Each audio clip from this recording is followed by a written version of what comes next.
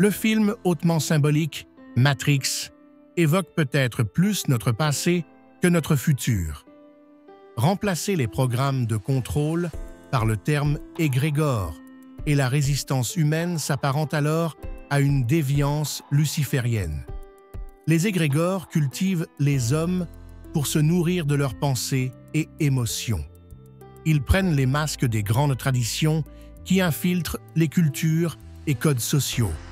Religion, courants politiques, idéaux, folklore, marques publicitaires, mode, telles des larves énergétiques titanesques, ancrées dans la mémoire cellulaire des peuples, nous en sommes devenus les esclaves, en croyant en eux. Peut-être que nous ne pouvons totalement y échapper, mais nous pouvons cependant reprogrammer nos affiliations. La tradition magique occidentale, héritière aussi des égrégores religieux, ne peut échapper au paradoxe de ceux-ci. La tension permanente entre bien et mal, pur et impur, anges et démons, imprègne toujours nos conceptions spirituelles et magiques. L'assimilation monolatrique a, sous couvert d'une plus haute morale, tiré les conceptions spirituelles vers une simplification dangereuse. Un appauvrissement de la pensée qui s'est fait au profit de quelques égrégores tribaux, fusionnant et stigmatisant ceux qui n'étaient pas assimilables. La propagande de main d'homme a fait le reste, engendrant un grand nombre de confusions mythologiques.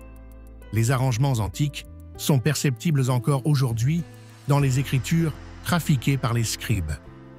Le propre des égrégores est, par vivification répétée, particulièrement lors de rites, de développer une forme de conscience indépendante. Paradoxalement, l'humain crée les programmes de sa matrice.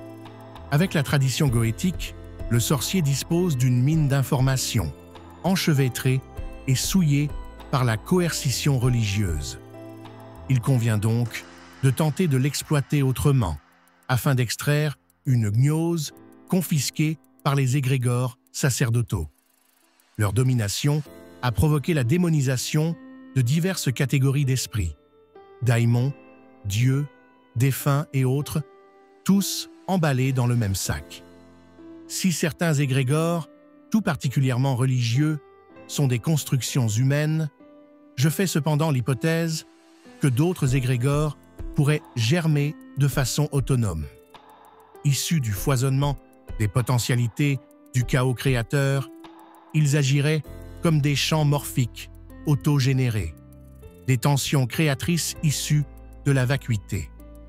Avec ces échos quantiques, les égrégores naturels seraient enracinés au plus profond de l'inconscient collectif et diabolisés tels des pulsions inconvenantes. Ces êtres spirituels sont symbolisés par Vénus, ou le pentagramme caché dans la pomme. Ils seraient à l'origine de l'éveil de la raison et de l'intelligence en l'homme, avec ses échos prométhéens. Les égrégores, insufflant la liberté et l'autonomie dans la conscience naissante de l'humanité, auraient été interprétés comme des anges déchus dans le livre d'Enoch. Derrière ce mythe falsifié, il y a peut-être un enseignement à saisir. Les 72 daimons goétiques, tels les complices de Seth, seraient-ils les égrégores gardiens d'une gnose permettant de nous libérer des chaînes des égrégores religieux? En nous affiliant à eux, la pratique même individuelle peut modifier l'équilibre des forces des égrégores en compétition. Vus sous cet angle, les démons tout cornus et fourchus deviennent les virus libérateurs, la résistance de la lignée du serpent.